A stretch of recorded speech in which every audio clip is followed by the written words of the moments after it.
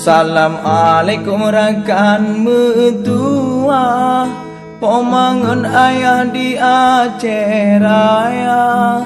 Lon pegah bacun soal sejarah, Jino lon curah lewat budaya.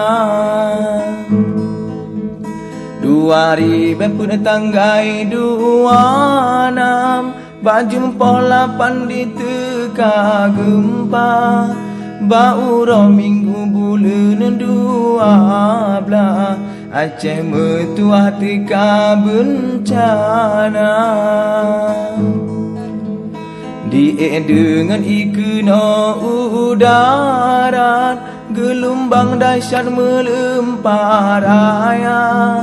Oteta bayang sedih lepatan, wateta ingat tiga imata.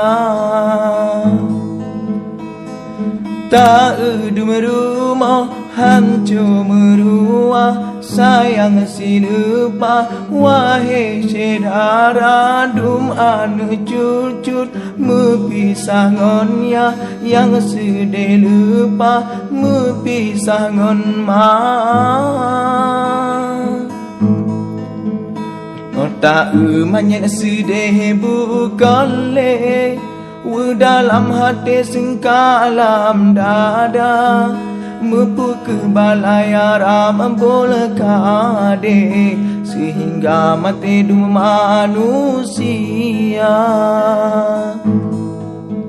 Yang tale ibu metui metua, yang tale ayah kaya tim tema, nacin yang ladum rakan metua, pomangun ayah kairaya ba.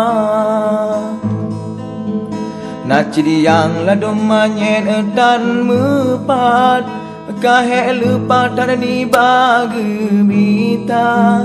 Nacin yang ladum kubu sapat, basa bawah tempat kuburan masa. Hantam takalan meno cobaan, bau reng awai dilehan tom na mungkin kejino ka akhir zaman, hingga cobaan lagi nyan cara. Pun dari bandar sampai Melabo, jalan dumputuh wahai saudara, di sago pate jembatan runtuh, wa Melabo era raya.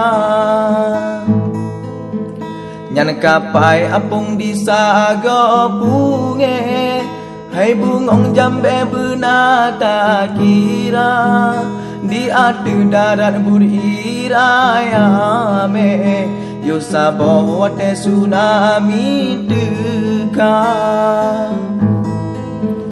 Dum nang ro lua keno gedatang, geberi bantuan memacam cara, geberi makanan serta pakaian, rumah bantuan hai rakan pina. 15 tahun ka Aceh musibah, pomangun ayah benar tak kira, bana cuca benar pegah nyan ke sejarah di Aceh Raya.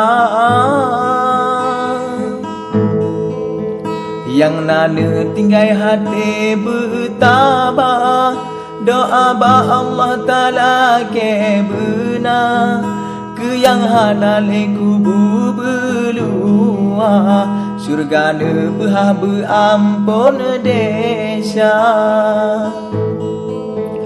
Doa Ta'ala ke kani ba Allah, dajin musibah bele tro teka, kamohan sanggup epot Allah, dengan musibah yang kada cuba.